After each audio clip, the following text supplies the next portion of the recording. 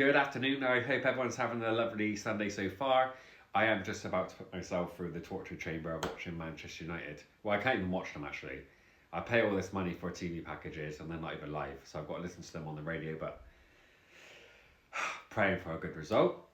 I'm jumping on to review The Red House by Roz Watkins. So, firstly, please, go onto your Goodreads, go on your want to read list, and reverse it and go to the oldest book there and let me know what that book is, because mine was this book, hence why I purchased it, and it's been on there for such a long time. I only added this on Goodreads because I was going through thrillers a long time ago, and this looked really intriguing to me.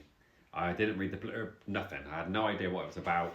I just liked the image. So I've done that, purchased it, and I finally got around to reading it. I will rate this book 4.5 stars, and the reason why it's not quite a 5-star is because there's a few, for me, there's a few plot holes. There's a few things that happen in this book, and you're like, oh, actually, realistically, no. But when I tell you the ending, it's like you get smacked with a revelation, and you're like, okay, I can kind of see how that would have happened. And then you get double hammered. You're like, what the... It is mad. The ending is mad. So, I'm going to try and explain things without giving too much away. I'm just going to go by the blurb. So again, this is a thriller. So, The Red House, this is turned into a computerized game by the son. What happens in this house, so this is in real life, there's a young baby, a boy.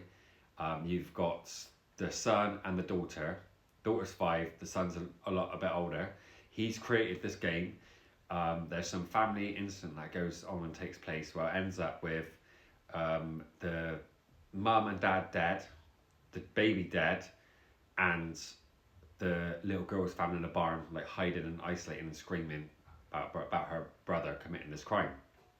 So, the next day anyway, the boy goes into his car, he crashes into a tree and ends up in a vegetative state for the rest of his life, up until the point we get to him in this book. Then, wow, you get to chapters whilst he's talking to you, whilst he's got locked-in syndrome, and I was floored. I was like, wow, I did not expect this POV, I really did not. So, the book takes you on a massive twist. It does say here, now as an adult, Eve is forced to re-examine her memories when disturbing new evidence comes to light. But if Joseph didn't do it, then the killer is still out there. So that all indicates it on the blurb. So, the son, she thinks the son is actually, her brother is actually innocent, and there's someone else that has committed these crimes, but he's got locked-in syndrome.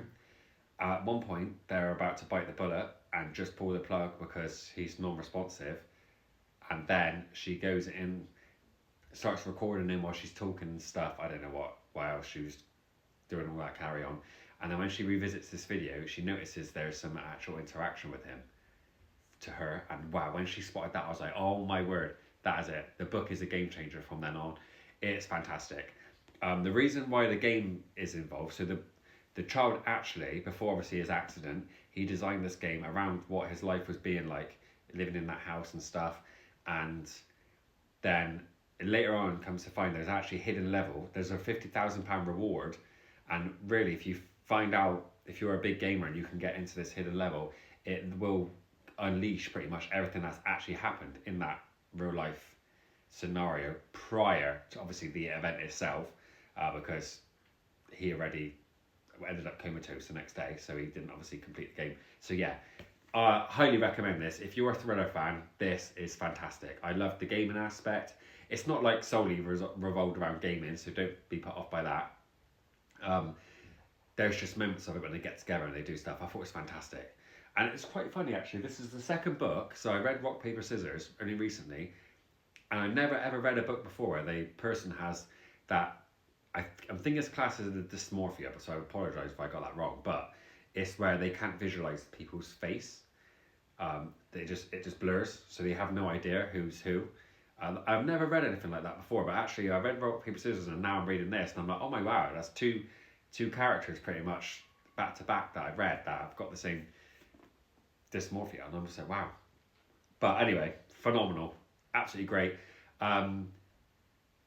I'll quickly mention the plot holes now. So if you don't want to know about that, you just want to get on with reading the book, stop the video now. But again, I highly rated it. It's 4.5 stars. The plot holes for me. So when they take the DNA testing, they don't match, or they don't understand the fact that the child that's gone into the car and had an accident is actually not related to the to the newborn baby. It's really bizarre. So when obviously out they do all these swab testing and stuff, obviously because of this massive incident, this murder, but he hasn't obviously been put away in prison for it because he's now in a vegetative state and he's staying with his grandmom's looking after him.